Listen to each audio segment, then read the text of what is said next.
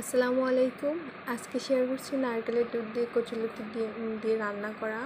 তো প্রথমে লাগছে নারকেল কোড়া আর কি নিয়েছি, আর এখানে নিয়েছি পেঁয়াজ, রসুন, জিরা, কাঁচামরিচ বেটে নিয়েছি। সব কিছু বেটে নিয়ে নারকেলের দুধ বের করে নিতে হবে।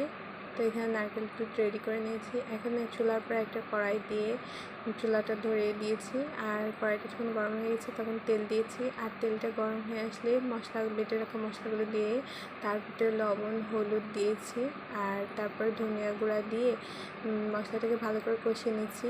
মশলাটা যাতে পুড়ে না যায় সেজন্য আর একটু নারকেলের দুধ দিয়ে নিলাম। এখন মশলাটাকে ভালো করে কষিয়ে নিয়ে এরপরে কচুরলতিগুলো দিয়ে দিচ্ছি, আর কচুরলতিটা দিয়ে ভালো করে কষিয়ে নিচ্ছি।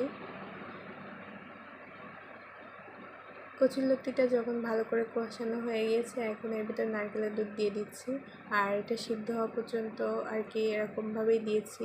তো এখন একটা কড়াইতে আলাদা আর কি ডিম ভাজি করে নিয়েছি। তো এর জন্য ডিম আর কি ভালো করে ফেটিয়ে নিলাম।